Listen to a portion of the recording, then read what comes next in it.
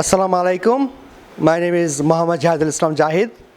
Today, as you know, there was a seminar on SOP and university search, and my part was to cover the SOP, Statement of Purpose. So, basically, আমরা আজকে আমাদের সেমিনারের মধ্যে কিভাবে আপনার একটা particular university খুঁজে বের করতে আমাদের এবং আপনার এসওপিগুলো কীভাবে লিখবেন, স্টেটমেন্ট অফ পারপাস কীভাবে তা নিয়ে কথা বলা হয়েছে।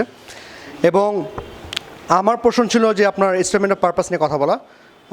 সো টু সামারাইজ, আমি স্টেটমেন্ট অফ পারপাসের মধ্যে কীভাবে ড্রাফটিং করতে হয়, কোন কোন জিনিসগুলো আপনার ভিতরে আনতে হবে, কোন কোন জিনিসগুলো আপনার করবেন না, বাদ পড়বে। সো এই ওভারঅল জিনিসগুলো কিন্তু আমি এইসব ব্যাপার নিয়ে কথাবার্তা বলেছি এবং আপনার কীভাবে একটা জেনারেল একটা স্ট্রাকচার নিয়ে আপনারা এসওপি দাঁড় করাবেন এবং একটা এসওপির একটা টেমপ্লেট, একটা কীভাবে একটা স্কেলেটন আপনারা তৈরি করবেন, একটা ফ্রেমওয়ার্ক তৈরি করবেন, সেই ব্যাপারে আমার আইডিয়া দেওয়ার চেষ্টা করেছি।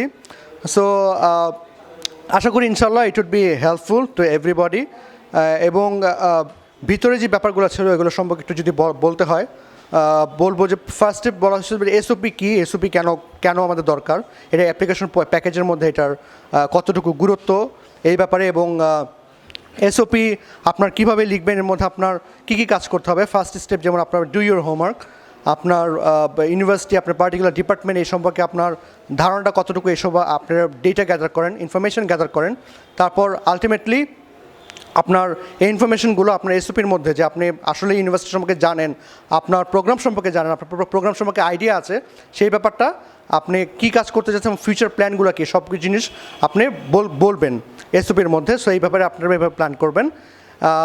এবং এসওপির মধ্যে আপনার নিজের যে কিছু সাকসেস স্টোরিজ, আপনার নিজের কিছু এক্সপেরিয়েন্স, এই জিনিসগুলো গ্যাদার করবেন এবং আপনার স্ট্রং পয়েন্টসগুলো, আপনার স্ট্রেংথগুলো কী, এই জিনিসগুলো আপনার ওভারঅল হাইলাইট করার চেষ্টা করবেন। এবং এসওপির মধ্যে কোনো সময় আপনার নিজে কোনো নেগেটিভ জিনিস বা নেগেটিভ কোনো টোন আপনারা ইউজ করবেন না।